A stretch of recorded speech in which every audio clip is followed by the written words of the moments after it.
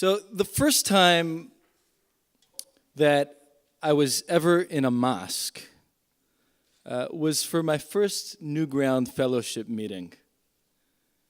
The mosque was a large building with white pillars on a busy street here in LA. You might guess which one it is. And when I saw it the first time, it kind of reminded me of like one of those suburban synagogues out in Long Island or in Westchester. So I entered through the glass doors at the front of the building. A sign on the wall read, "In the name of God, the gracious, the merciful." I was in a mosque. The older gentleman sitting behind the front desk greeted me. "Assalamu alaikum. How can I help you?" "I'm here for the NewGround fellowship meeting." He welcomed me and directed me to a conference room on the second floor. I met new faces, shook new hands, and chose a seat at random among the 20 or so set up in a semicircle around the whiteboard. We began with a discussion about the origin of our names. And I was paired with Saba, who happens to be here tonight, with her new husband, Nathan, and they're just fantastic. Yeah. And so Saba, who was raised in Dubai, and she told me about her name, Saba, which in Arabic means the morning breeze. I told her about my name, my Hebrew name, Naphtali, who was one of Jacob's sons in the Bible, and that I was named for my great-grandfather, who was named for his. As we spoke, the sound of the call to prayer from downstairs came through the speaker system and interrupted our conversation. I was in a mosque. I was proud to be a part of this group of Muslims and Jews who would be meeting and learning from each other for the next 10 months. It felt good. We moved on to creating, community agreements. And anyone who's ever been through this knows how wonderful of a task that is. Treat each other with respect, be curious, engage, shut off your cell phones. At a certain point, while debating the merits of taking notes with a pen, nature called. I had to pee. So I left the room and went downstairs to look for the bathroom.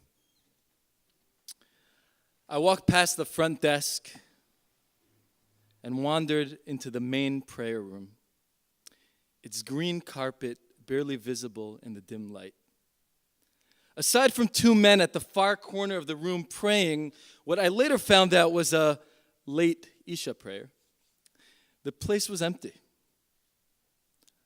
I was in, you got it, a mosque.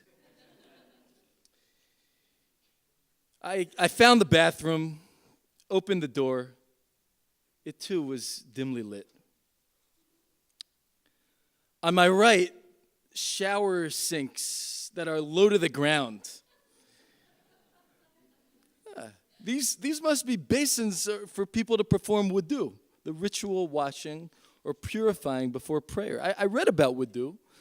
It's similar to how the priests used to wash their hands and feet at the temple in Jerusalem. I find the urinal and start to do my thing.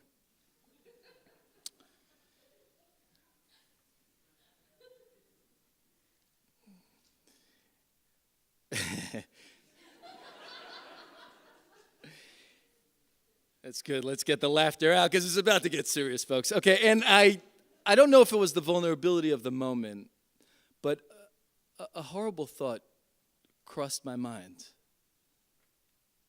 Is someone going to walk up behind me and stab me? And it bothers me. I'm in a mosque. I came here to meet and dialogue with people of another tradition. And they came here to learn about me. We are all so open with each other. I just met these beautiful people, and already I like them. So why in hell is such a horrible thought appearing in my mind? Am I really that fearful?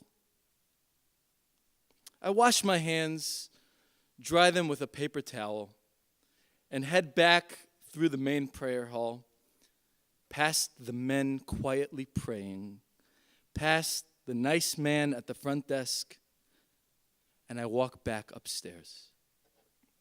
I take my seat, but I can't stop thinking about what I just thought.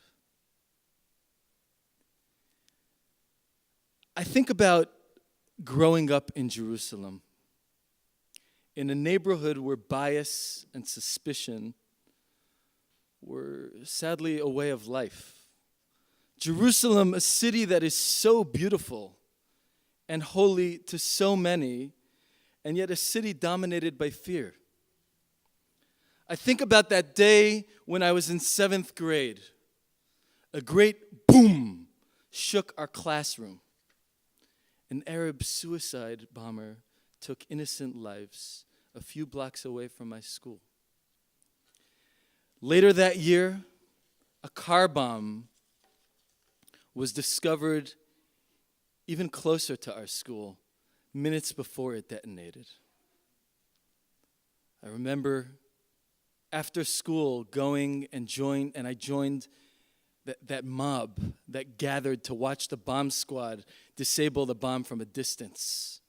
And they were shouting, we were shouting, Ma'avet la'Arabim, death to the Arabs. I'm not surprised or even angry with my 11-year-old self. I was a child. But it's the adults in that crowd that make me mad and sad. Not because I don't understand their reactions. I do. But because I also understand that by choosing that reaction, they caused hatred and fear to steep deep into my soul. It is so deep that I wasn't fully aware of it until that moment when my guard was down at the urinal.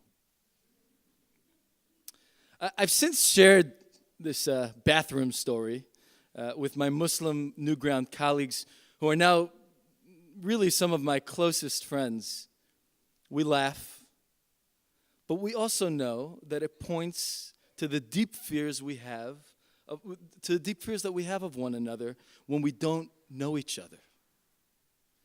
And I can't help but think how lucky I was to be in that place created by NewGround. There, I was invited to become conscious of unconscious thoughts, cognizant of implicit biases, and I was invited to reflect on them and to meet them head on.